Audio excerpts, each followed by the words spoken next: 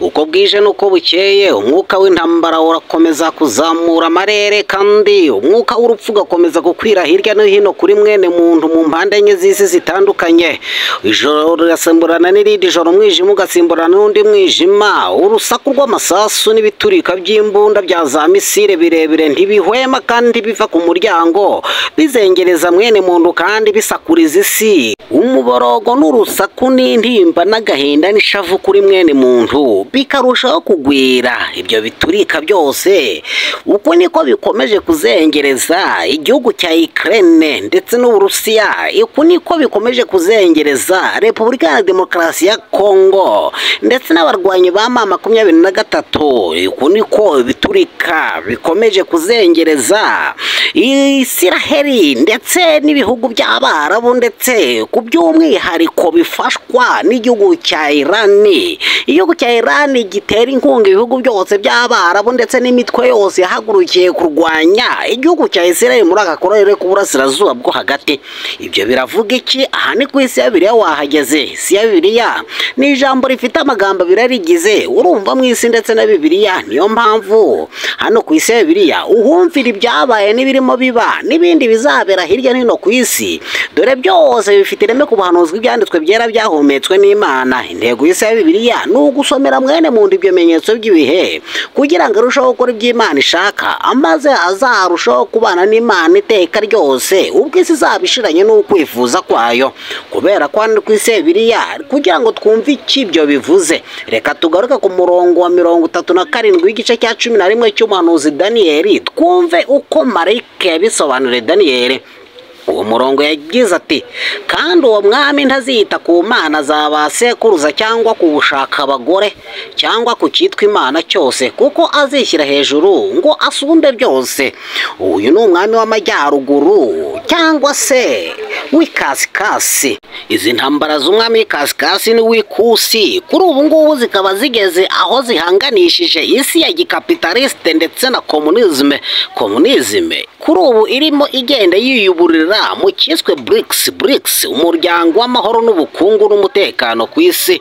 Uyu muryango w'amahoro n'ubukungu n'umutekano ku isi uri kugenda wiyuburura usa n'uzamukira mu cyiswe komunizme, ariko n'ubundi kigifite uruhare n'ibisigisigi ku mwami w'amajyaruguru. Marayika yavuzeho aya magambo yuko uwo mwami atazita ku mana za ba sekuruza cyangwa ku gushaka abagore cyangwa ku cyitwa imana cyose, kuko azishyira hejuru ngo asumbe byose.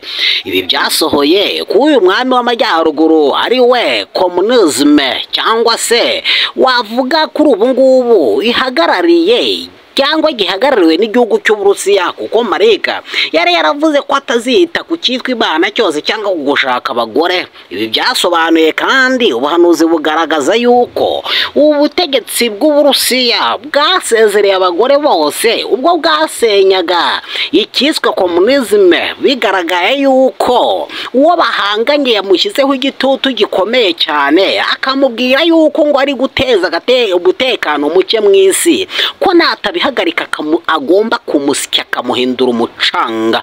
Uko niko ubutegetsi bwa gikomunisiti mu isi bwahagaritse imikoranire yose n'ibihugu byose byari bihuriye mu muryango wa komunizme cyangwa se muri Leta Zunze Ubumwe z'Abasoviyete. Ubwo perezida bwana Nikita Gorbachev yasezeraga ubutegetsi bwose bwari bubumbiye mu bihugu by'Abasoviyete, ibyo bihugu byose akabisezerera, akarambura ukuboko kwiwe akavuga yuko atari ikiri perezida wa Leta Zunze Ubumwe z'Abasoviyete mu 1990.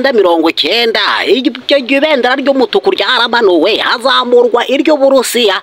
Uko niko uyu mwami w'amajyaruguru yasezereye abagore bose, kuko marayika yari yaravuze ngo ko atazita ku bagore no ku cyitwa imana cyose, ahubwo marayika yari yaravuze ko azahagurutsa ngo imana y'ibihome akaburo yishingikirizaho.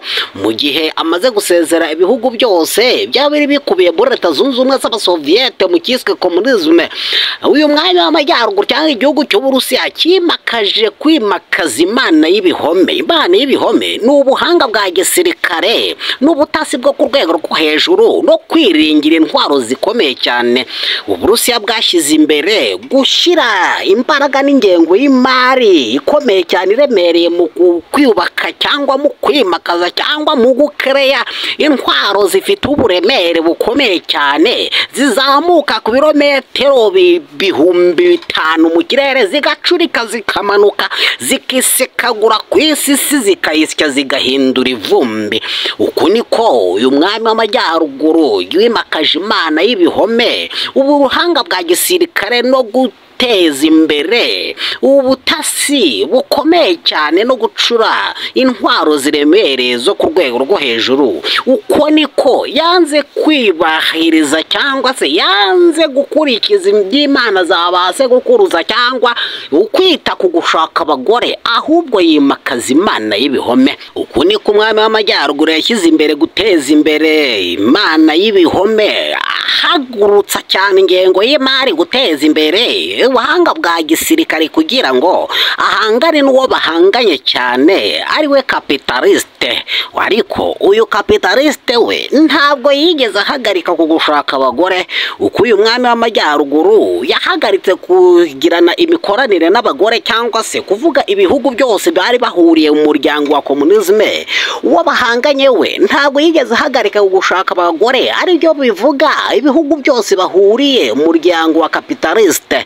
Uyu wo bahanganye yakomeje kugenda ni ruto, igihugu cyose atora kigira umugore wacyo, ikindi cyose agifata kigira umugore wacyo, kugeza ubwo ahagurukije na gahunda yo gufata igihugu cya Ukraine nacyo ngakigire umugore wacyo. Uwo bahanganye nabibonye aravuga ati ubwo buraya bwawe uri kugenda ukwiza hirya no hino ku isi, ndaje ndagusya ngo uhindure ivumbi, ntabwo ndi bukwemerere ko uri buze gukora uburaya ukabukora no mu marembo y'iwanjye. Iki gihugu cya Ukraine murashaka kugishyira muri OTAN, ndabasya mbahindura umucanga. Uko niko uyu mwami w'Amajyaruguru yahagurukije intambara yishoza ku gihugu cya Ukraine agira ngo akumire uruhare rwose Ukraine ishobora kugira mu kwifatikanya n'ubumwe bwa gikapitaliste muri OTAN. Aravuga ati kanze mbasye mbahindura ivumbi. Ninde uzabasha guhagarika izi ntambara za mwene muntu zikomeje kuzengereza isi? Mwene muntu ngo aryamasinzire. Yesu yavuze ko zitazarangira n'amahoro ntabwo azahora kiretse Yesu ubwe nizera agatsembaho urupfu n'ibyaha.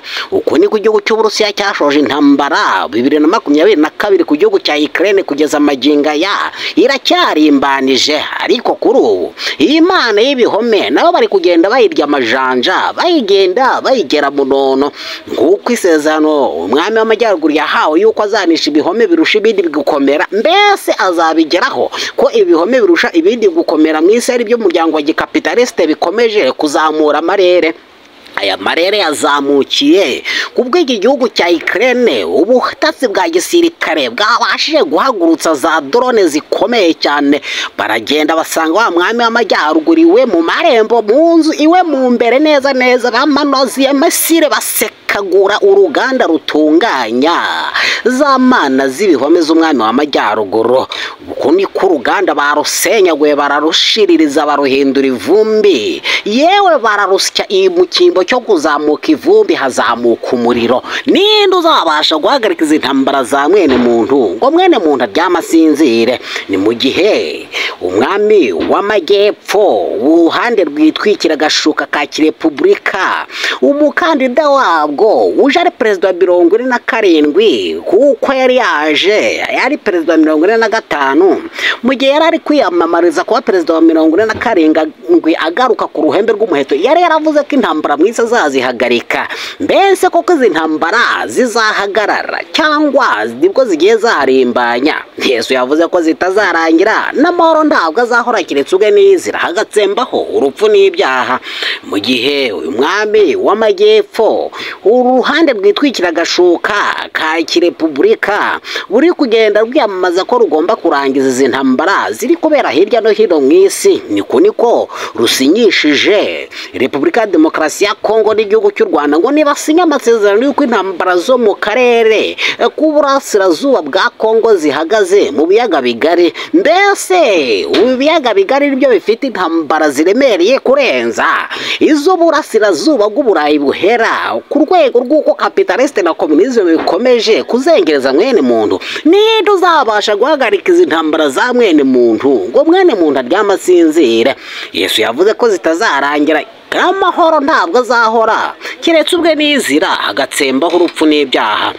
Mbese ko iki gitero cy'umwami w'amajyepfo mu gashuka yitwikire kitwa Ukraine gigiye kigasekagura Moscow, mu uyu mwami w'amajyaruguru we agiye kubikoraho iki? Kandi Marika yaramubwiye ko azanesha ibihome birusha ibindi gukomera. Iki niyo cyaba ari igihe kigiye kumutera umujinya n'ubusembwa, agahagurukana za thermonucleaire akajya gusekagura uwo bahanganye.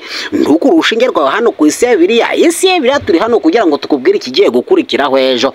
Mu gihe tugitegereje kureba ikigiye gukurikiraho ejo, reka nkwinginga ugeze hano bwa mbere ukande kuri subscribe kugira ngo notification z'isi ya Bibiliya zitazabura kukugeraho, maze ufatikanye n'isi ya Bibiliya kugeza ubutumwa kuri benshi. Turebe ko twazarukura benshi bakazahunga umujinya uzatera ubwo isi izabisharanye no kwifuza kwayo. Kandi dore ibimenyetso by'ibihe bya nyuma birimo birarushaho kugenda byiyongera uko bwije n'uko bukeye. Ntukure urushinge rwawe hano ku isi ya Bibiliya. Isi ya Bibiliya turi hano kugira ngo tukubwire ikigiye gukurikiraho ejo. Turabakunda. Shalom shalom.